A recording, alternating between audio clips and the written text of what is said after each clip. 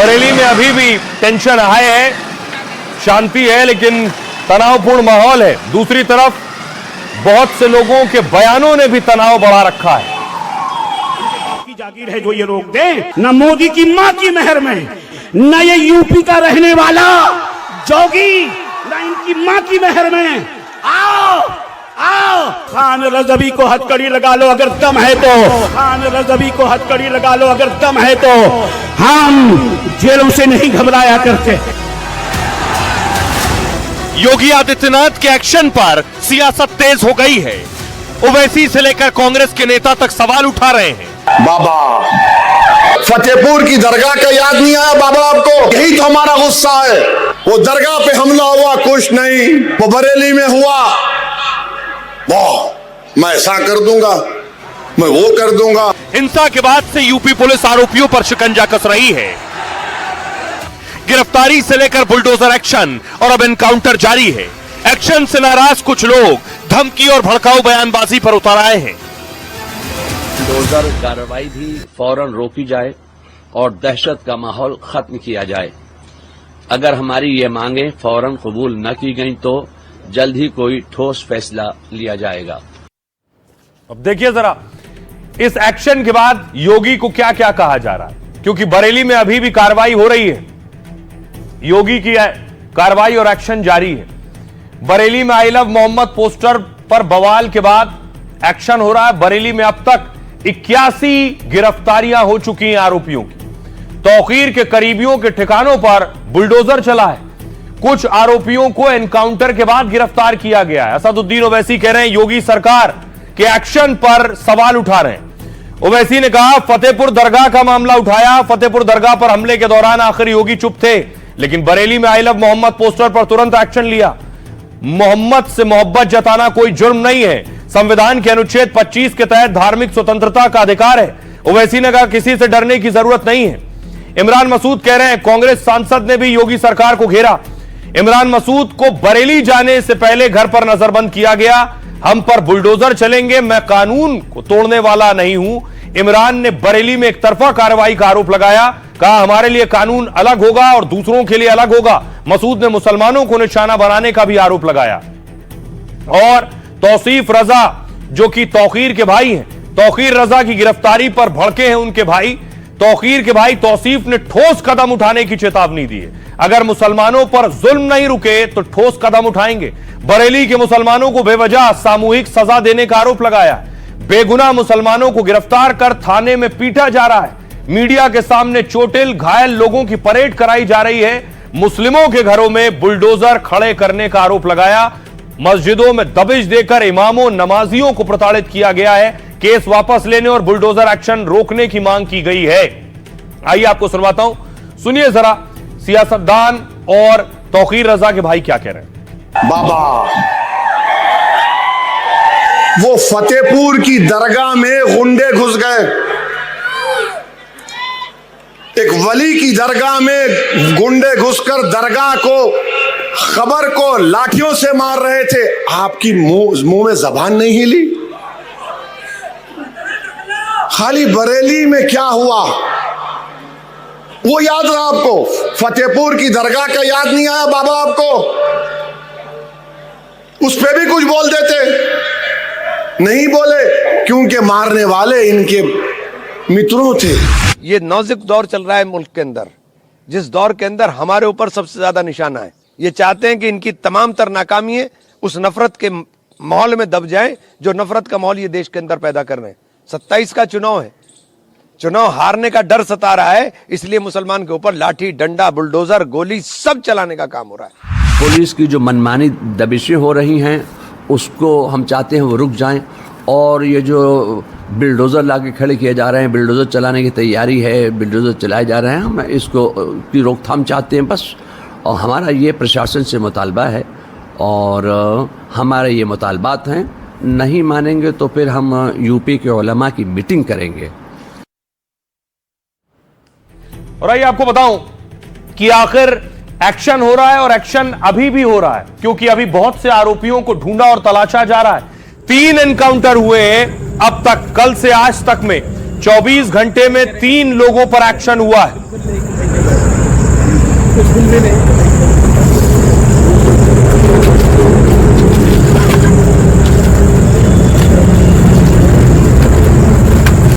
नहीं करेंगे, नहीं करेंगे, मैं बिल्कुल नहीं करेंगे।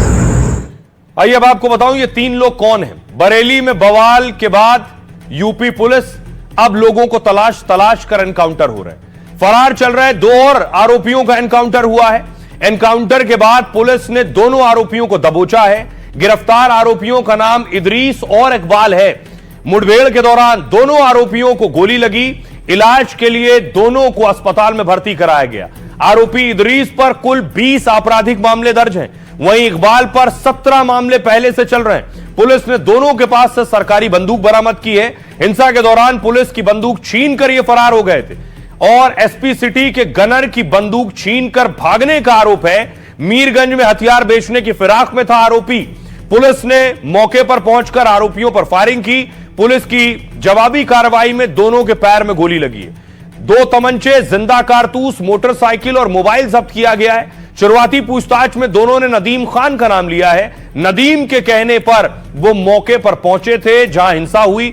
दोनों आरोपी शाहजहांपुर के रहने वाले हैं। चोरी, डकैती और गैंगस्टर एक्ट में कई केस इनके खिलाफ दर्ज हैं। सुनिए, एसएसपी ने आज प्रेस कॉन्फ्रेंस की, जो भी पुलिस एक्शन ले रही है, क्या कह रहे हैं। 2 अभियुक्तों को पुलिस मुठभेड़ में गिरफ्तार किया गया है। इन दोनों को पुलिस मुठभेड़ के दौरान गोली लगी है। इनको उपचार के लिए भेजा गया है। इन दोनों के पास से एक छीनी हुई सरकारी एंटी राइट गन जो मौके पे मौजूद पुलिस बल था उससे छीनी गई थी, ये बरामद हुई है। 2 तमंचे 315 बोर के अवैध तमंचे बरामद हुए हैं। हुक्का और जिंदा कारतूस बरामद हुए हैं। एक मोटरसाइकिल पैशन प्लस और 2 मोबाइल फोन बरामद हुए हैं। इन दोनों से पूछताछ में प्रकाश में आया है कि ये दोनों उस दिन घटना के दिन शामिल थे।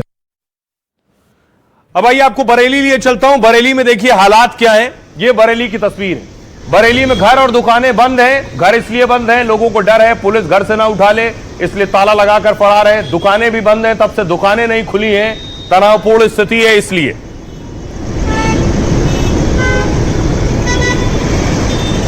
दूसरी तरफ आपको लिए चलता हूं तौकीर के घर।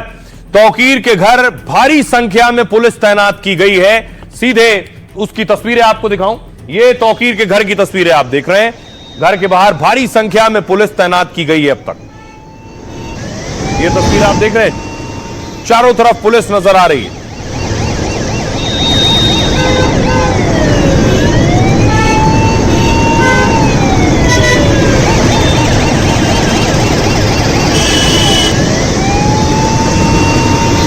अब देखिए जरा, तौकीर के करीबी तौकीर पर सवाल उठा रहे हैं। क्या कह रहे हैं तौकीर के करीबी? कह रहे हैं, सबसे पहले देखिए नदीम कह रहा है बरेली हिंसा की साजिश तौकीर रजा ने रची।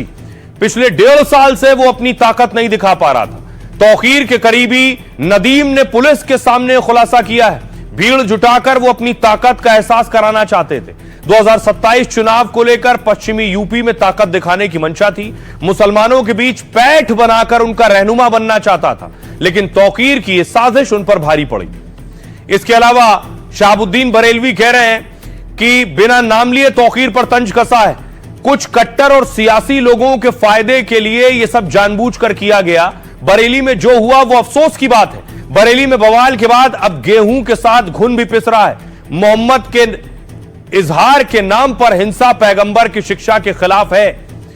साथ ही देखिए दूसरे आरोपी, दूसरे जो लोग हैं, जो फरत की पत्नी, जो फरत है वो तौकीर का करीबी, उसकी पत्नी कह रही है हिंसा से पहले तौकीर फरत के घर में ही रुका। मौलाना तौकीर ने जो किया वो नहीं करना चाहिए था। सीएम योगी से उन पर किसी तरह की कार्रवाई ना करने का आरोप है। प्रशासन से बुलडोजर एक्शन ना करने की गुहार लगाई गई है। फरत और उसके बेटे को भी पुलिस ने गिरफ्तार कर लिया है। ये तौकीर के करीबी हैं। सुनिए जरा, तौकीर से जो अब तक मिले हुए थे, साथ थे, इस बवाल के बाद वो सब कह रहे हैं तौकीर से उनका कोई ताल्लुक नहीं। घुन के साथ, गेहूं के साथ में घुन भी पिसता है। तो अब हालात ये हैं कि गेहूं के साथ में घुन भी पिस रहा है। लोगों ने नाजायज काम किए हैं और जिन लोगों ने गरीबों को सताया है और मजलूमों की दाद रसी नहीं की है, बल्कि खुद जालिम बन गए, तो जाहिर बात है कि जालिम को अब याद आना चाहिए और जालिम को जरूर डर और खौफ महसूस होना चाहिए। जालिम कौन, तौकीर रजा है क्या? मैं नाम नहीं जानता कौन लोग हैं, बहरहाल बहुत सारे ऐसे लोग हैं जिन लोगों ने गरीबों, मजलूमों, कमजोरों पर जो है वो अत्याचार किए। सरकार से यही कहना चाहते हैं, हमारे बच्चों को और हम लोगों को कुछ भी ये मालूम नहीं था कि ये कुछ ऐसा होने वाला है। अगर हमें ऐसा कुछ पता होता कि तौकीर रजा के मन में क्या चल रही है क्या नहीं चल रही है, तो हम वैसे ही अपनी देख रेख करते। वो तो कभी कदार हमारे घर आ ही जाते थे।